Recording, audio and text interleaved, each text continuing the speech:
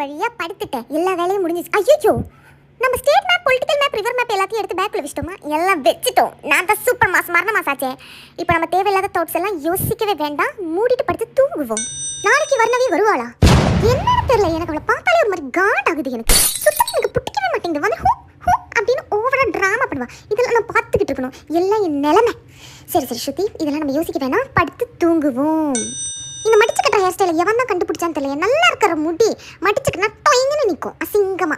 நாளைக்கு வேணா சூப்பராக டிஃப்ரெண்ட்டாக 2 பக்கம் 2 ஸ்லைடு லைட் அப்படி சரக்குன்னு உள்ள தள்ளிட்டோன்னா முடி மடிச்சு கட்டின மாதிரியும் இருக்கும், பஃபும் இருக்கும். Wow Shruti, your ideas are always amazing. ஆமாம், இதெல்லாம் பண்ணோன்னா சீக்கிரமாக எந்திரிக்கணும். இப்படியே யோசிச்சுட்டு இருந்தால் எப்படி தூங்குவேன்? தூங்கு மூடிட்டு.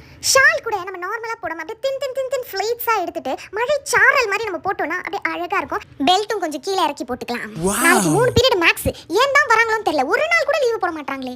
ஒருவேளை மேக்ஸ் மிஸ் நாளைக்கு வந்துட்டு ஹோம்